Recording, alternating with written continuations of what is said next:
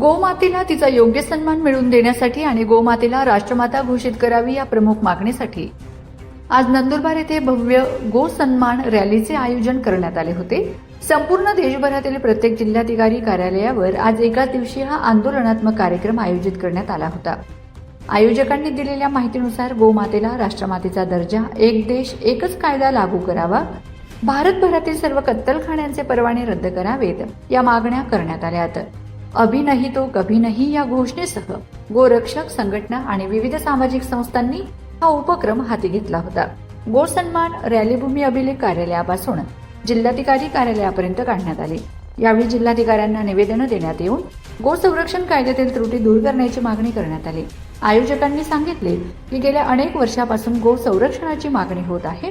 आता देशभरातील गोरक्षक एकजुटीने रस्त्यावर उतरून सरकारला जागे करणार आहेत। राज्यातील सर्व नंदुरबारसह सर्व जिल्ह्यांमध्ये एकाच दिवशी काढण्यात आलेली रॅली गो संरक्षण चळवळीला नवी दिशा देणारी ठरेल असा विश्वास आयोजकांनी व्यक्त केला। जय श्रीराम, जय गोमाता। आज गो सन्मान अभियान अंतर्गत आज दुसऱ्या चरणामध्ये, दुसऱ्या टप्प्यामध्ये नंदुरबार जिल्ह्यातून आज गो सन्मान रॅली काढण्यात आली। या गो सन्मान रॅलीच्या माध्यमातून, संत महंतांच्या माध्यमातून या रॅलीच्या विविध टप्प्यांमध्ये जे काही या गेल्या 3 महिन्यापासून स्वाक्षरी मोहीम सुरू आहे या गो सन्मान अभियानाची, तर 1,15,328 स्वाक्षऱ्यांचं निवेदन महामहिम राष्ट्रपतीजी, देशाचे प्रधानमंत्रीजी, या राज्याचे मुख्यमंत्री आणि महामहिम राज्यपाल यांना निवेदन सादर करण्यात आले। निवेदनात ज्या मागण्या करण्यात आल्या, विशेषतः ह्या देशामध्ये 1947 पर्यंत आमच्याकडे 1947 हा 90 कोटी गोधन होतं आणि आज आमच्याकडे फक्त मात्र 6 ते 7 कोटी गोधन शिल्लक राहिलेलं आहे। म्हणजे देशी गोधन मोठ्या प्रमाणावर याचा ऱ्हास झाला आणि त्याचा दुष्परिणाम म्हणून मोठ्या प्रमाणावर रासायनिक शेती व्हायला लागली आणि आम्ही दररोज या देशातला प्रत्येक व्यक्ती दररोज हा विषयुक्त अन्न खात आहे, विषयुक्त दूध पित आहे।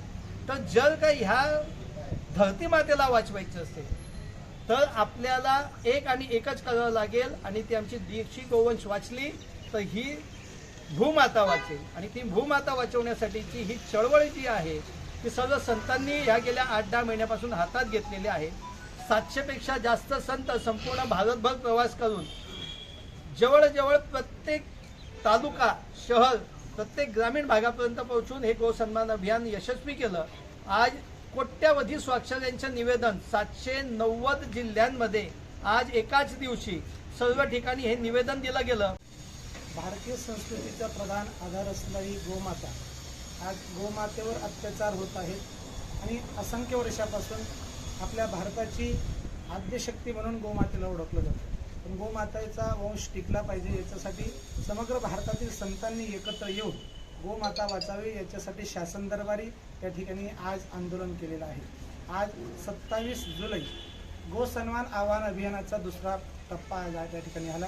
मागच्या 27 एप्रिलला पहिल्या चरणामध्ये जवळजवळ 5,500 तालुक्यातून, भारतातील समग्र 5,500 तालुक्यातून भारतातील महामहिम राष्ट्रपती, भारताचे पंतप्रधान, त्याच पद्धतीने महाराष्ट्र राज्याचे राज्यपाल, महाराष्ट्र राज्याचे मुख्यमंत्री यांना 5,500 तालुक्यातून त्या ठिकाणी आवेदनपत्र देण्यात आलेलं होतं आणि दुसरा टप्पा आज या ठिकाणी परिपूर्ण झाला।